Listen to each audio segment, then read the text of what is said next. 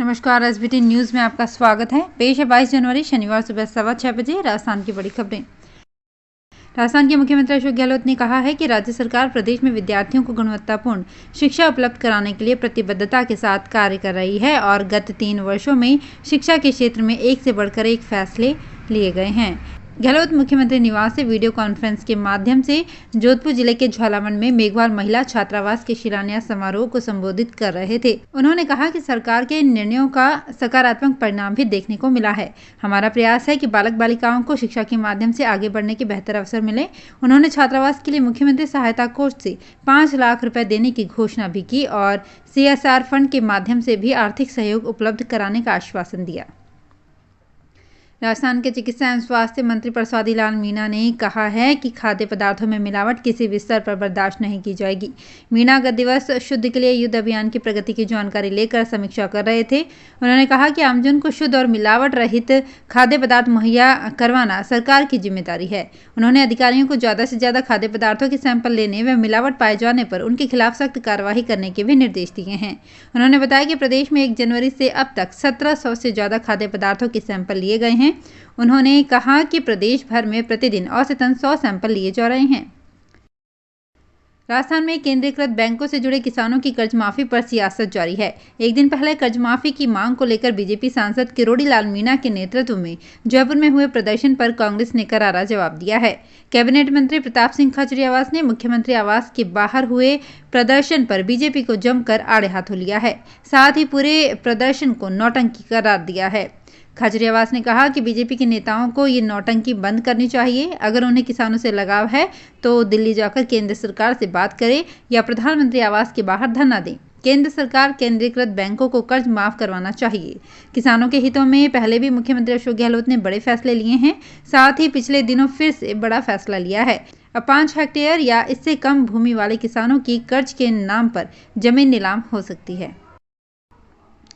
Jaipur discom ने AN की अंतिम वरीयता सूची जारी की है। प्रमोशन के लिए लंबे समय से इंतजार था। 1 अप्रैल 2020 तक की सीनियरिटी लिस्ट जारी हुई। इस सूची में नाम 343 का है। जल्द ही नया कार्यभार अलॉट हो सकता है। जयपुर डिस्कॉम में 343 अभियंताओं की पदोन्नति के दरवाजे खुल गए हैं।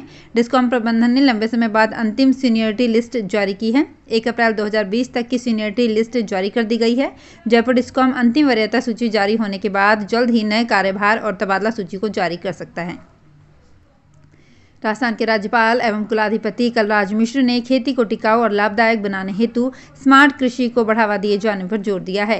उन्होंने कहा कि कृषि विश्वविद्यालयों को चाहिए कि वे अपने प्रसार शिक्षा निदेशालयों और कृषि विज्ञान केंद्रों के जरिए स्मार्ट कृषि के लिए किसानों को प्रेरित करें और आवश्यक मोबाइल ऐप्स भी उपलब्ध कराने में सहायता करें। मिश्र शुक्रवार को श्री कर्ण नरेंद्र कृषि विश्वविद्यालय जोबनेर के चतुर्थ दीक्षांत समारोह में राजभवन से ऑनलाइन संबोधित कर रहे थे।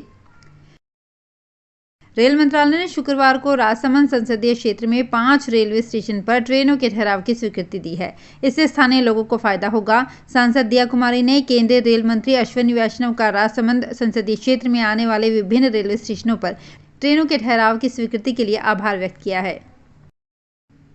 मुख्यमंत्री अशोक गहलोत ने कोरोना की तीसरी लहर में आम जन को चेताते हुए फिर सावधानी बरतने की सलाह दी है।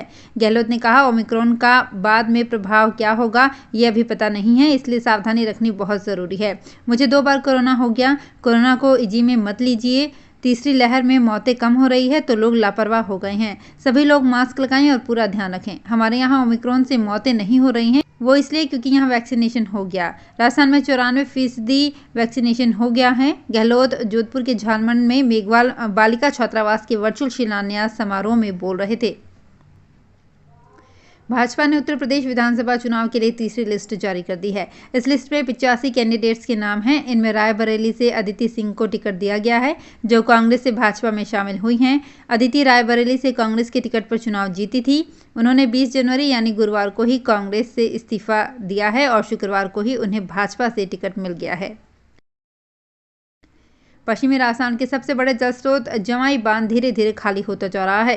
शहरी क्षेत्रों में 72 घंटे और ग्रामीण इलाके में 96 घंटे के अंतराल से हो रही पेयजल आपूर्ति का असर अभी से दिखना शुरू हो गया है। सर्दी के दिनों में भी ग्रामीण इलाके में गर्मी के दिनों जैसी स्थिति बनती जा रही है। आज सुबह से ही नलों पर महिलाओं की भीड़ लग जाती है। बारी का इंतजार करते करते कई घंटे लग जाते हैं। कई बार पानी को लेकर आपस में तू मैं हो जाती है। ऐसी स्थिति में गर्मी के दिनों में पानी की समस्या विकराल होने की संभावना जताई जा रही है।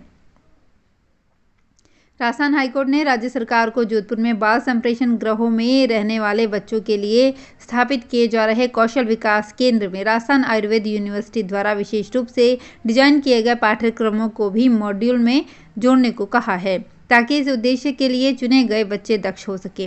न्यायाधीश संदीप मेहता और न्यायाधीश विनोद कुमार भारवानी की खंडपीठ में स्वप्रेरणा से दर्ज जनहित याचिका की सुनवाई के दौरान अतिरिक्त महाधिवक्ता अनिल कुमार गौड़ तथा पंकज शर्मा ने प्रगति रिपोर्ट पेश की। राजस्थान में कोरोना का संक्रमण बढ़ता जा रहा है। राजस्थान में 16,878 नए कोरोना पॉजिटिव प्रदेश में मिले हैं। ये तीसरी लहर में एक दिन की सर्वाधिक संख्या है, जबकि एक्टिव केस बढ़कर अब 84,787 हो चुके हैं।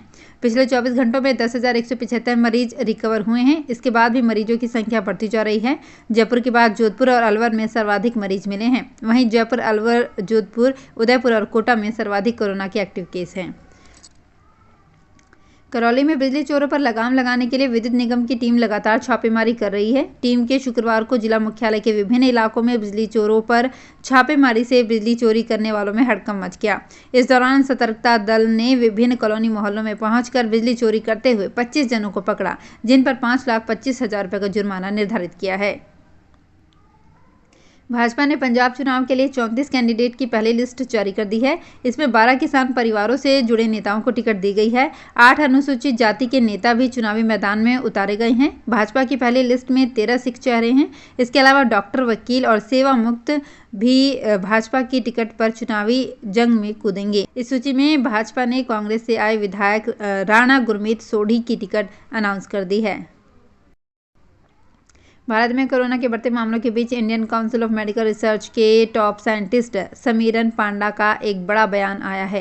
उन्होंने कहा कि अगर ओमिक्रॉन के बाद कोरोना का कोई नया वेरिएंट नहीं आता है तो 11 मार्च तक ये महामारी एंडेमिक स्टेज में आ जाएगी। इसका मतलब वायरस के संक्रमण की रफ्तार काफ़ी धीमी हो जाएगी।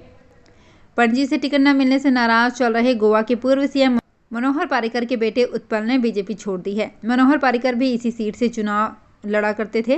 गुरुवार को बीजेपी ने विधानसभा चुनाव के लिए 34 कैंडिडेट्स की लिस्ट जारी की, लेकिन इसमें उत्पल का नाम नहीं था। पार्टी ने यहां से बाबूश मोहन सेराटे को टिकट दिया है, जो हमेशा मनोहर पर्रिकर के विरोधी रहे थे। तो फिलहाल इस बुलेटिन में इतना ही। फिर हाजिर होंगे कुछ और बड़ी खबरों के साथ। एसबीटी न्यूज के और भी वीडियोस को देखने के लिए हमारे चैनल को सब्सक्राइब करें और नोटिफिकेशन पाने के लिए बेल आइकन को प्रेस करें।